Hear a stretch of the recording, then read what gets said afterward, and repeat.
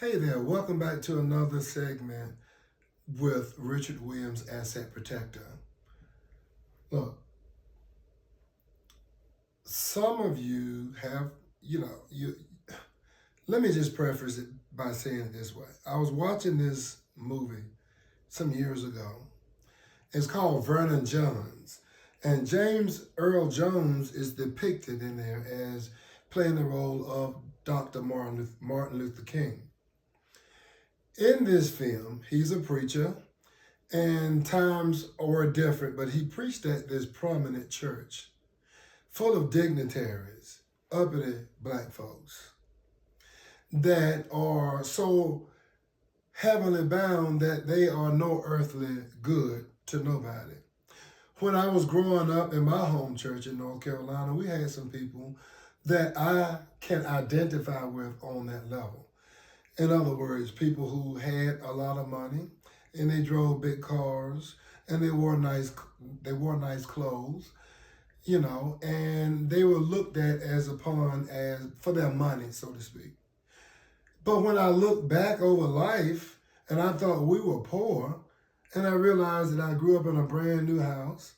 My parents drove Cadillacs and Lincoln Continentals. We took vacation all across the country. We had the necessities in life. But silly me, right? When you're a kid, you think a little different. And I didn't realize that we really had it going on. And it was 5 of us in the house. And I saw some parents that only had 2 children or 1 or maybe none. And they looked like they were doing better on the surface, but on the inside, it was a lot of love in our home and a lot of peace and rest. Other than when my dad, sometimes he would show out, but that's not what this is about. But for the most part of it, I had a beautiful upbringing in my life, and I'm so grateful that my parents did that for me. I just want to talk briefly about parents who don't insure your children. In this movie, let me go back a minute before I don't want to get ahead of myself. In this movie with Vernon Johns, he's depicted, like I said, as Dr. Martin Luther King, right? But he's a raw version of Dr. Martin Luther King. He's tough. He might say anything out of his mouth. For example, one day he went to an all-white establishment and he was hungry. He said they went and sat at the bar, and during that time, black people were not allowed to go in certain establishments that was marked for whites only. Well, he went in there and told the guy, said, so I want a ham sandwich and some glass of lemonade. And the guy fixed him a glass of lemonade, and he was sitting there drinking his lemonade. The sandwich came. He was eating his sandwich, and he said, give me a refill, because you could get refills, right? And the guy would take the glass and burst it on the floor because he didn't want no black guy to be drinking out of that glass. This is a real movie, Vernon Johns. You can research it for yourself. Everything I tell you is Googleable.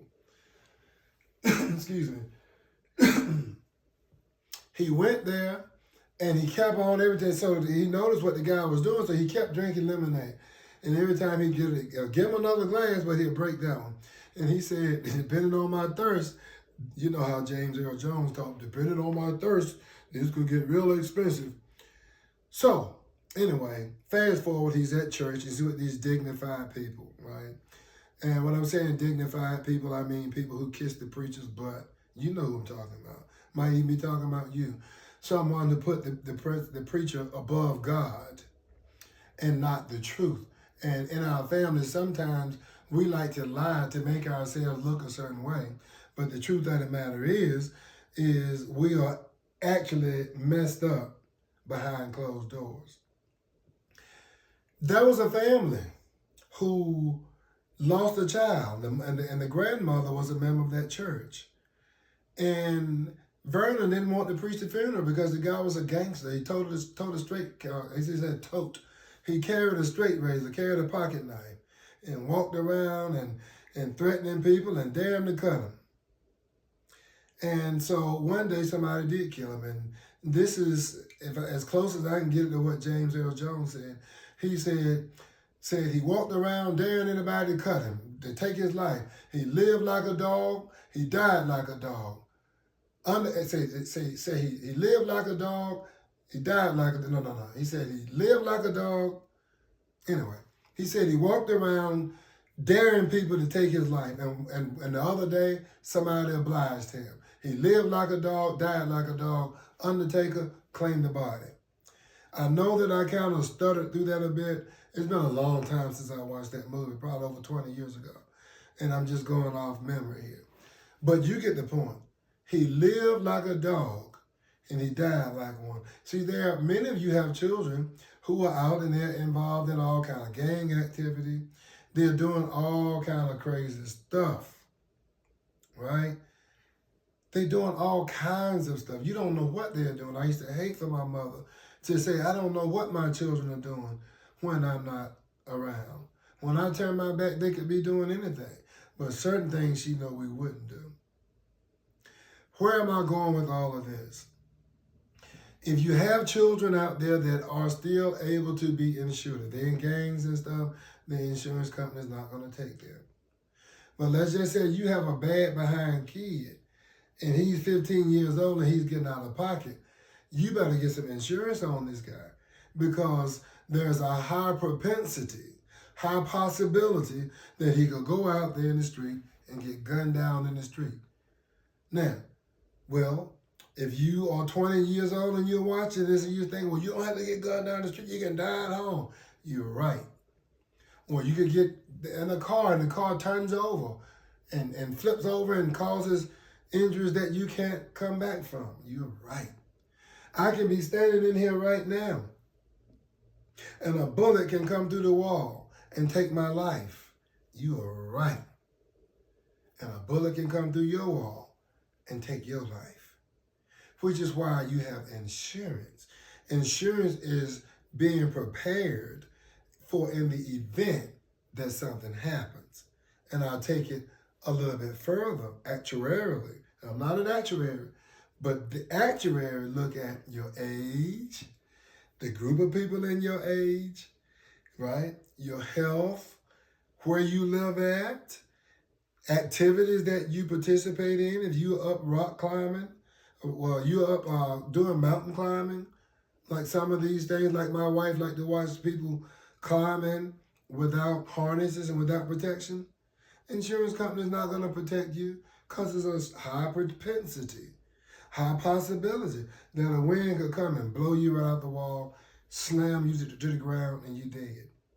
If you flying planes, you're not flying commercial planes, but you got enough money you can buy your own plane.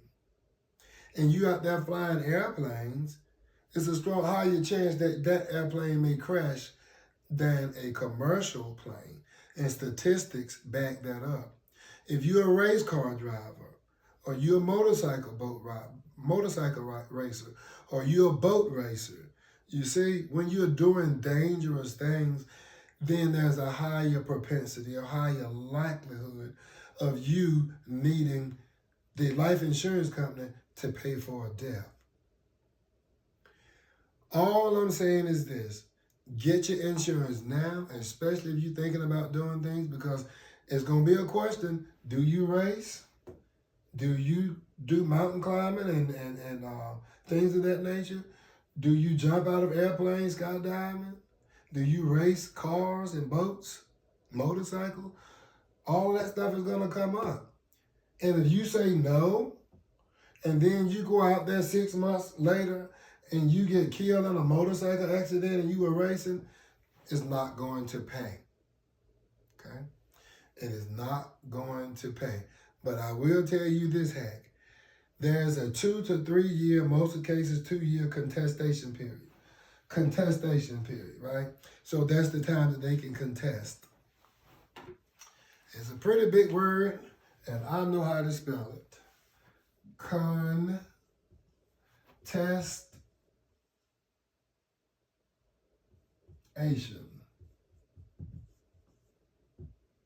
Contestation. And that is usually 2 to 3 years. In most cases, 2 years. So let's say if you decide you have a life insurance policy and you decide that you want to go race boats, but you had the policy for more than 3 years.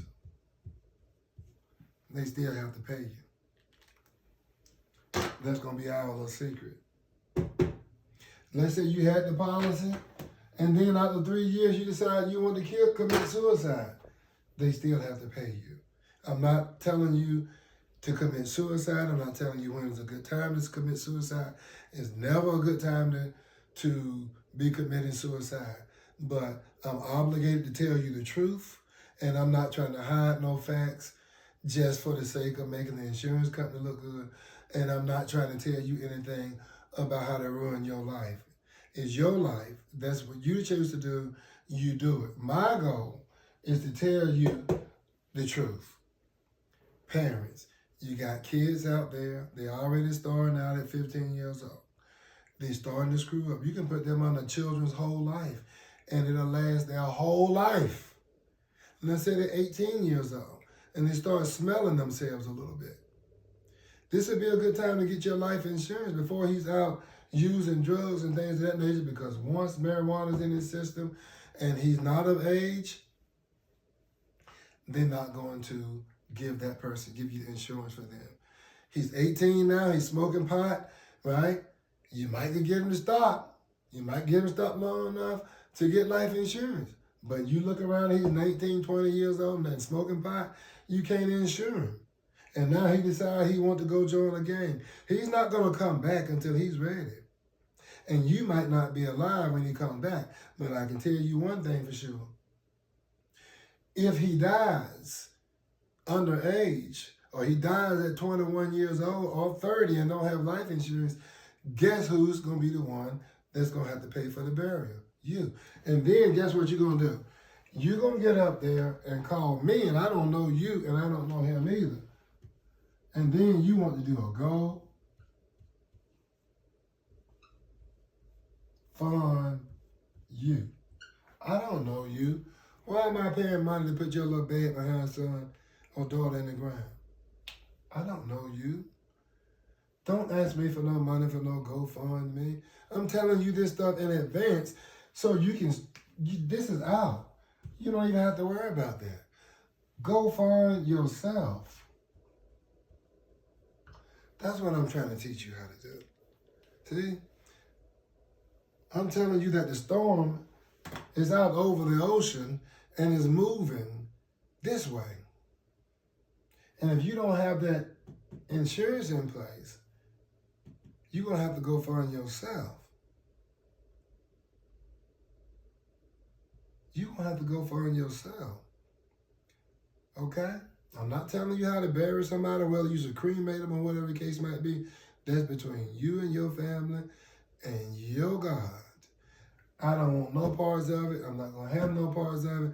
I have never participated in a GoFundMe for a funeral, and I doubt that I ever will. If it's my family and we're in this situation, I'm not putting on my no GoFundMe. I'll put it in the hands that it need to be in, but I'm not going on to no GoFundMe. I know you're pitiful. I know you're crying. I know you're hurting. But the time to prepare for war is during peacetime. Nobody ain't dead right now. If they are, it's too late. But they're not dead right now. But I've already told you. I warned you. God has warned you. You already know this. Other people that have died before have warned you that you're going to one day, you're going to need that life insurance. And it's better to have it. Even if you have it for 40 years and don't use it, it's better to have it and not need it than need it and not have it. And I will step back, make a step back and retract my statement, redact my last statement. You're going to need it. It's not if you're going to need it, but when.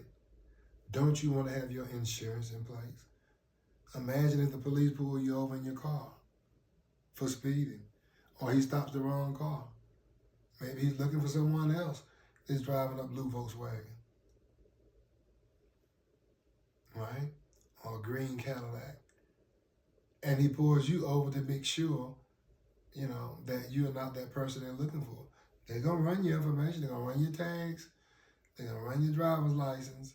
and they're going to run your insurance. And if those things don't line up legally, then you're going to have some problems. The same is true here. When you pass away or a loved one pass away, that funeral home don't care nothing about you. In fact, they're going to try to add on stuff to get more of your money. Have the money so that you can spend it. Have the money so that you can put mom away, dad away, grandmother, or your child, son or daughter, or sibling. You know, sometimes we didn't, most of the time we didn't ask to be in the situation that we have to deal with life insurance per se, but when you have a child, you are a parent and you're responsible for raising that child to an adult. You're responsible for protecting that child's life. And death is a part of life. Not just school, not just shoes and clothes and things of that nature, medical, but death too. And it can be very expensive to die. In fact, it is very expensive. So, anyway, I don't want to get on my soapbox. Let me get on my soapbox about that. I've told you what I need to tell you. Get these thugs out here insured. Get these sweet children out here insured. Get these wonderful, awesome kids insured. Get these loving, darling children insured. And especially the ones that are out in the street that's doing heaven knows what. Get these babies insured. Thank you for your time. See you on the next video.